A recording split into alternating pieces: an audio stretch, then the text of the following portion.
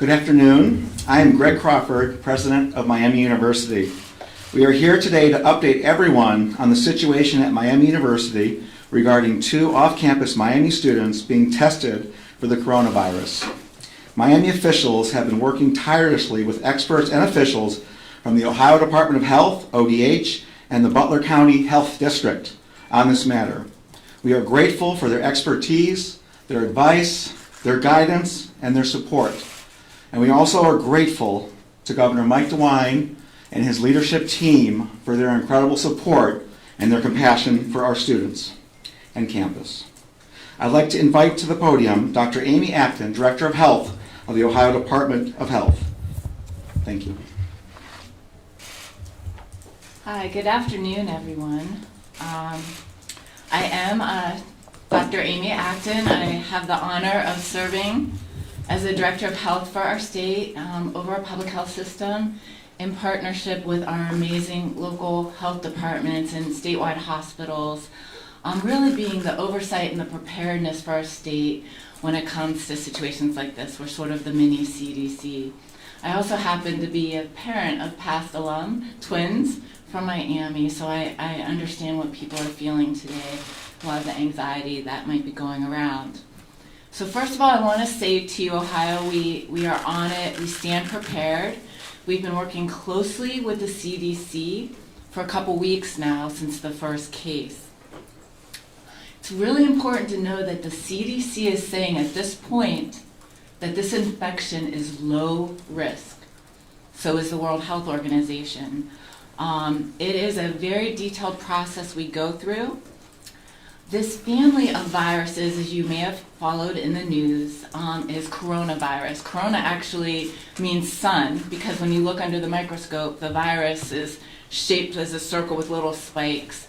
These viruses exist in animals, and we have some human variants of them. Every now and then, what we call zoonotic diseases, these viruses can hop from animal to human, and that's what we believe happened in Wuhan.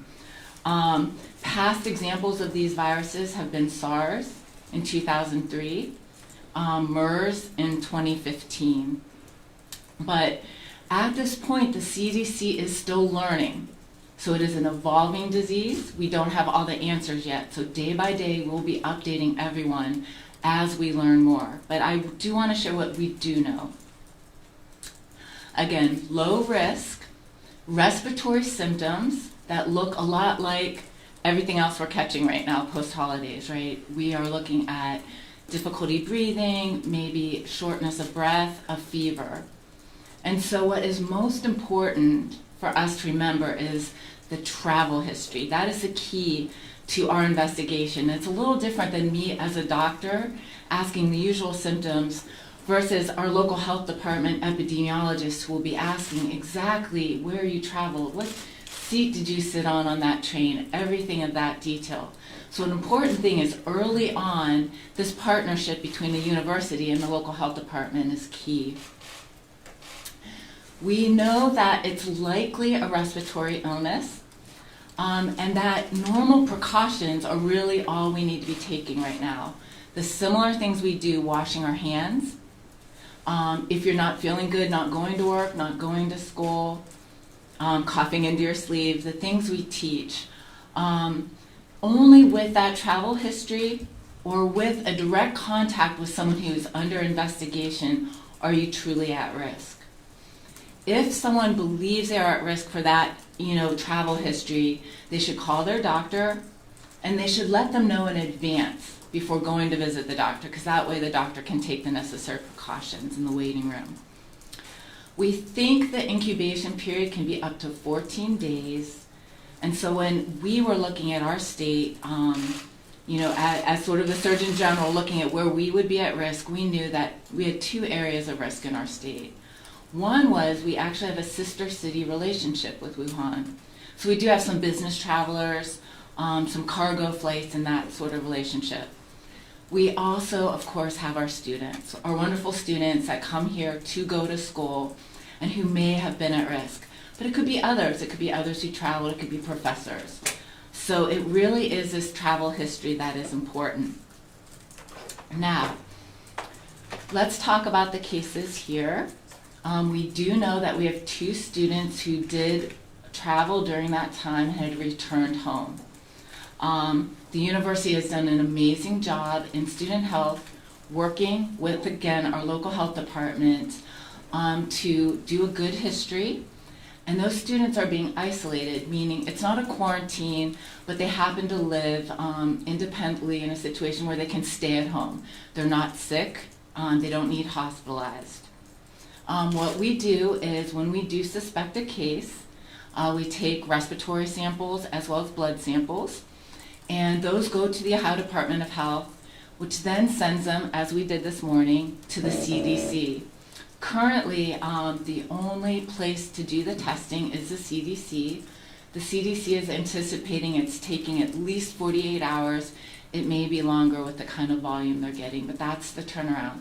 So we have no confirmed cases in Ohio. We have what we call in our lingo is persons under investigation, so PUIs. So the students are comfortable. And again, what we're recommending, because it's still low risk, is that the rest of the population take normal precautions, your hand washing and monitoring. So I think this is a really, really important time for folks to focus on our website, odh.ohio.gov, where we will be updating everyone with reports to the minute. I'm very, very concerned that we work with our university communities because we don't want fear. We are much more likely to see a disease of contagion of fear than the actual disease. Matter of fact, you're much more likely to get the flu or another cold right now. And as we're seeing that around the country, we have 5 confirmed cases. Again, none in Ohio. So I really want you to know that we stand ready. Ohio is prepared. We drill for this. We have pandemic exercises we do with our hospitals, with our local health departments, with our universities. They prepare for this. So it's really important to listen to their messaging because they'll give you good information on what you can do. Let's be kind to students. Again, some students are away from home. It's scary, even just that we all know from our kids, right? Mine are grown now, but we know what it's like when you're scared and you're away at school and you don't feel good. So I want to make that caution out there to everyone to be thoughtful and sensitive as we, keep you abreast of the latest information. Okay. So I think with that, I would like to share it with our health commissioner, Jenny.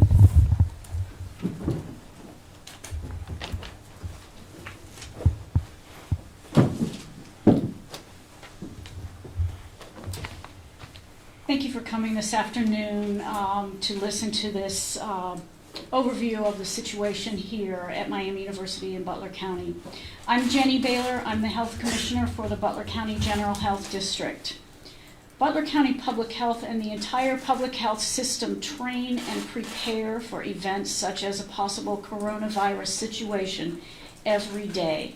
This is what we do. We are professionals in public health response and investigation. I have complete confidence in my staff, the public health system, and all of our partners as we work together on this situation. We have been working very closely with Miami University, with TriHealth, with our emergency management agency, and with other local partners, as well as the Ohio Department of Health and the CDC. Persons who are not showing symptoms of respiratory illness do not need to be isolated at this time. We encourage the public to show compassion towards others. The risk of contracting coronavirus, even in this situation, remains very low. We are taking every precaution to keep the community safe and are ready if any cases are confirmed. There are currently no confirmed cases in Butler County, and no additional specimens have been sent for testing by the CDC, except for the 2 persons you already know about who are under investigation. The same precautions that protect against catching and spreading the flu are likely to be helpful for this respiratory virus. Wash your hands regularly. Avoid touching your nose and eyes. Cover your mouth when you cough and sneeze, and don't go to work or school if you feel sick. Any updates to this situation will be posted on our website as well as the Ohio Department of Health and Miami University's websites. Again, displaying compassion to all people will be vital as this situation evolves. And now we will open the floor for questions. And we have specific people who can answer questions in their area of expertise. Yes, ma'am. Hi, Ann Sager from the Inquirer. So I'm not entirely clear on how sick are these two folks? Are they expressing symptoms at this point, or are they asymptomatic and you fear that there may be illness down the road? Right, so these students are not sick enough to be hospitalized. They did have some symptoms that were concerning to us yesterday. I interviewed them both myself. So they had a combination of some questionable travel locations and some questionable symptoms that made us concerned enough in consultation with the Ohio Department of Health to send some specimens on for testing just to rule out this coronavirus. What's the process of checking them, and how long is it going to take to get back the results? The process of checking them, you mean what specimens? Yeah. It is recommended that we draw 3 specimens. One is a blood draw, one is a nasopharyngeal swab of the nose and the mouth, and the other one is a lower respiratory sputum specimen. And the results from the students, how long will it take? So we expect the results at the end of the week. As Dr. Acton said, it takes about 48 hours at the CDC, but there is shipping time and paperwork and things as well. So we're saying about a week. Do we know how long they've been back in the United States since they've traveled to China? A few days. Were they traveling together? They were. Did they go to Wuhan? Not clear. Do we know if they? I do not want to answer specific questions about these cases. I'll answer general questions. Okay, I can't tell you about these 2 people any more than I have. Can you tell us generally then how this came about? Did they kind of take us through the timeline? Sure. They came back to Oxford. They were not feeling well. They presented at the Student Health Service. The Student Health Service was well prepared for this. We had talked with them a week and a half ago to say we need to prepare for an eventual case here. We're going to treat this as if we're going to have one, and we're going to be prepared for it. So they knew exactly what to do. They isolated the students immediately and called us, and then we did an investigation, interviewed the students, and then placed them in a home situation because they were not sick enough to be hospitalized. They will stay in their homes and not be out in the public at all this week.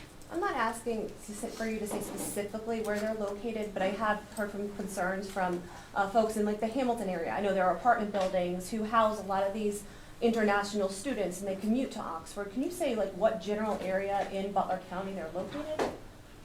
No, Can you confirm if they live in a house or an apartment complex? no.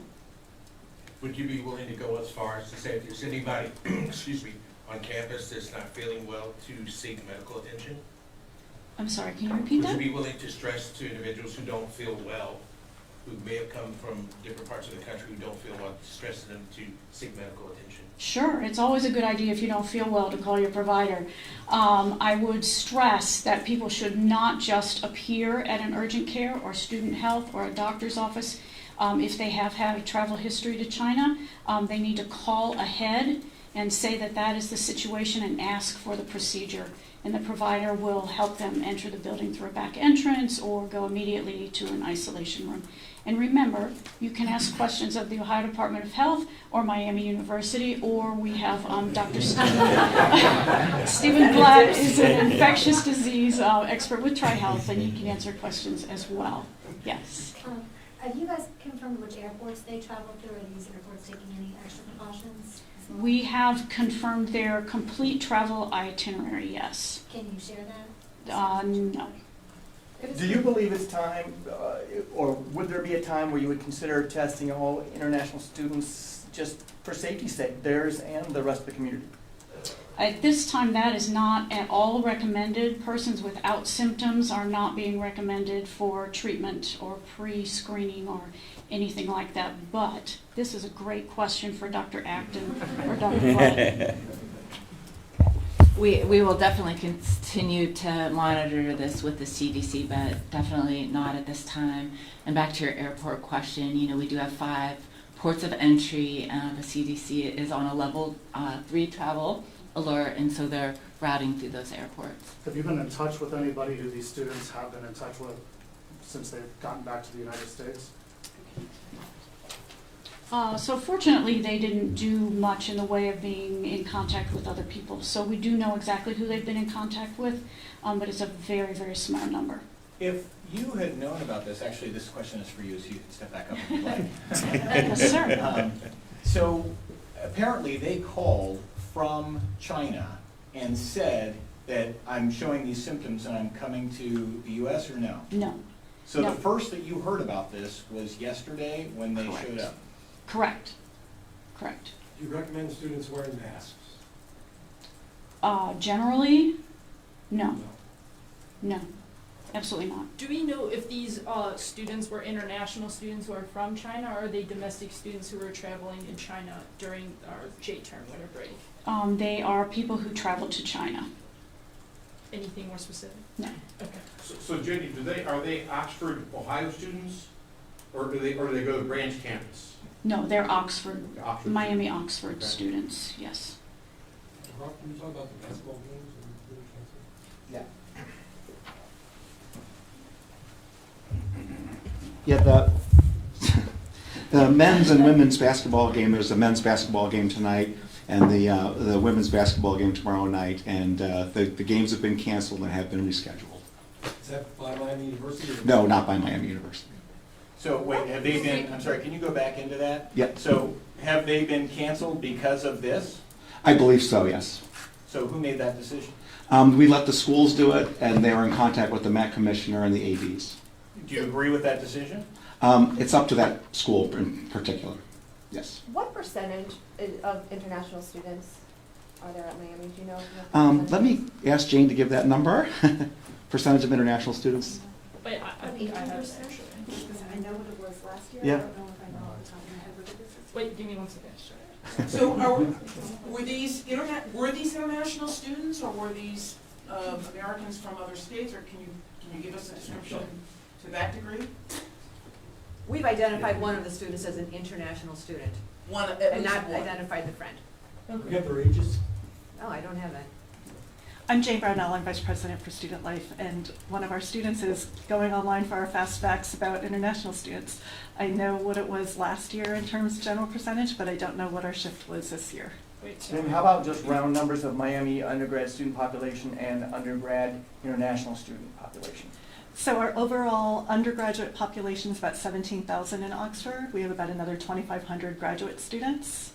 Our international student body is about 10%, but that could be, give or take, a couple of percent of what it is this year.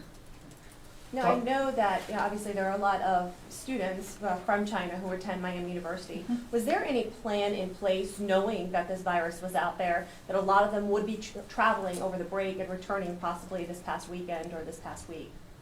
So I want to look to our Department of Health people, but at the time that we left in December, this was not really on the radar screen. So this has come up more recently than that.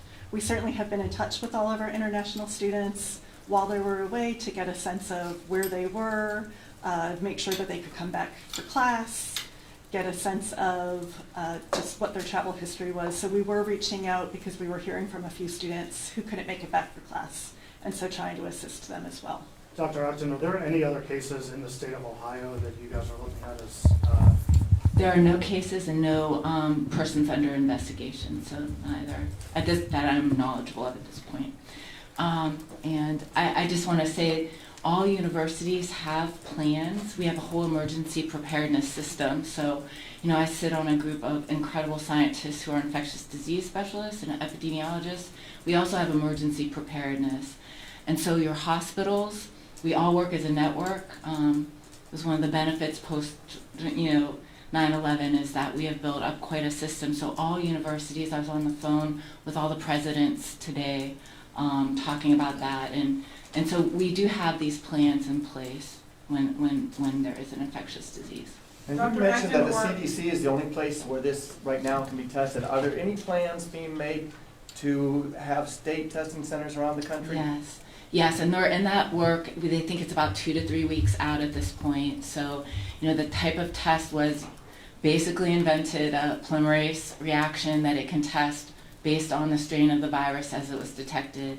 So it's really important to know that we're learning more about this virus daily. How deadly is this, or is it deadly? What do we know Right. about it? Like, we're really all, scared, but. Sorry, I'm stepping over the box here. So, we're still learning. Now we know, just like with the flu, believe me, many, many more people will die in our state from the flu. We had a young person die not too long ago.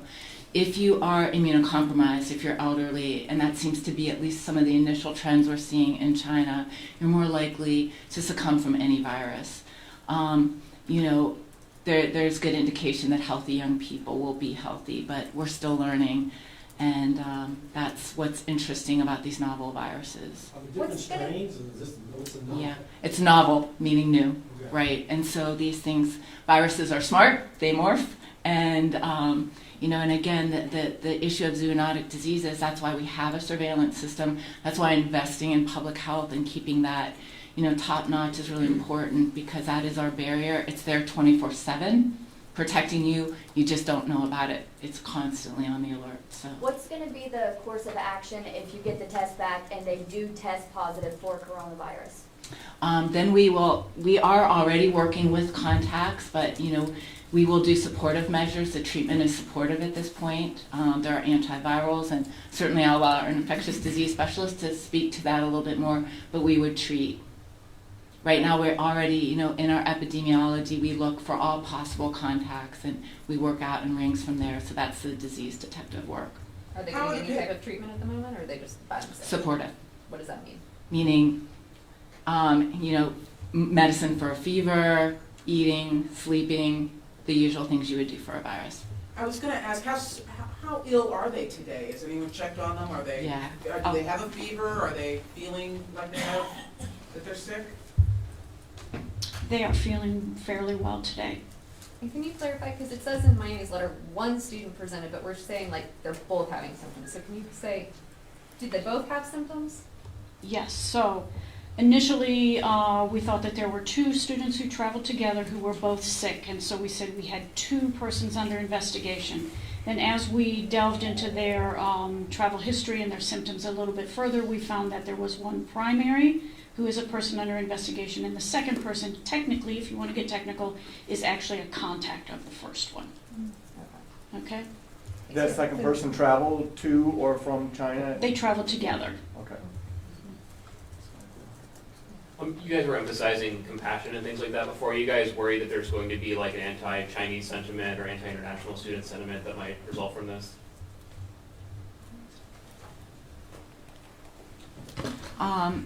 I think that is something we always have to be vigilant about. I think when fear takes over, when again fear drives us, it's really important to know the basic facts as we know them. Certainly folks being cautious, taking regular precautions against getting ill if someone near you is sick, washing your hands, the same things we would do every day, but there's no reason at this point. Again, CDC is saying it is low risk in this country. So we really want to, like all folks, be compassionate about people who are not feeling well. Are you How concerned easily with does it spread? Hmm? How easily does it spread? That they're still learning a lot more about it. They are saying at this point a 6-foot range. It's typical respiratory spread is believed, but again, the CDC is still learning more. Like lots of viruses, you always wonder about when someone's feeling asymptomatic, the period before they first start showing symptoms. Very similar to other viruses. Are you concerned this might spread to other universities across Ohio, or there might be other cases like that? We are vigilant for cases all over Ohio. As I said, we're particularly paying attention to perhaps business travelers. Maybe people remember this was the Chinese Lunar New Year, one of the biggest human migrations that goes on. Whenever there's a mass movement of people, disease spread is always something we're on the lookout for. So. Just a question for the university so the games have been canceled. Is there anything else that specifically the university is doing at this point, or what's the plan there? So we are following all of the CDC and Department of Health guidelines is the first thing. We are in touch multiple times a day. We are following up with health messaging to students in the residence halls, in classes. We have a health column on our internal website that we're continuing to update. We're updating parents. As has been repeated today, what is needed is the regular health precautions that you would take during flu season at this time of year. So those are the precautions that we are doing, is making sure that people, it is the start of the semester. If you are not feeling well, stay home. We are asking faculty to be flexible with that don't encourage students to come to class if they're not feeling well. So it is those basic kind of common sense winter health guidelines. And at this point, you don't anticipate, like these games were canceled by the other schools, you don't anticipate canceling on-campus activities, classes, anything like that? Not at this time. I'm sorry, I wonder if you could say your name and title one more time. Sure. Jane, and I'll spell that Jayne, Brownell, and I'm Vice President for Student Life. Thank Can you you. spell your last name? Brownell. Thank you. I wonder if I could get one question from the infectious disease doc. Thank you, doctor. Have you had a chance yourself to take a look at this thing under the microscope and to get it, learn about it yourself? Yeah, I'm Dr. Stephen Blatt, BLATT from TriHealth. I'm the medical director for infectious diseases. I've seen photographs or photomicrographs of the virus. I personally haven't seen it myself because it, as far as we know, isn't even here yet. There are only 5 cases identified in the U.S. so far. We have plans in place, for our hospital system should patients become ill, to put patients in isolation and provide whatever medical care they need. We currently don't have any antiviral drugs for coronavirus, but for other viruses we do. So I think it's important if people become ill with a viral-like illness that they get tested. We certainly have good treatment for influenza or flu. So many of these cases that are tested for coronavirus actually end up having the flu, and they can be treated for that to help them get better more quickly. I think it's important to know that most of the people who've been tested for coronavirus have had something else. It's still very uncommon, especially in the United States. Even in China, lots of the cases have had something other than coronavirus. Thank you. We got data for somebody who asked that we have 2,895 international students, all campuses. That was a fall number, but it's usually pretty close for the spring. Can you repeat that? I'm sorry? Can you repeat that? 2,895 international students, all campuses, which is close to 10% when we count the regional students and our campus students, maybe 11%, right? Claire. We heard from earlier that it was 70, that we have around 70 international students from Wuhan. Do you have numbers on that? I don't have an exact number. Okay, they said around 70. That was from Terry. Yeah, services, yeah, yeah. health services. But Global Initiatives was in touch with students who we knew may have been in that area over winter break. Okay. Yeah. Thank you all for coming. Thank you. you. Thank you. Thank you.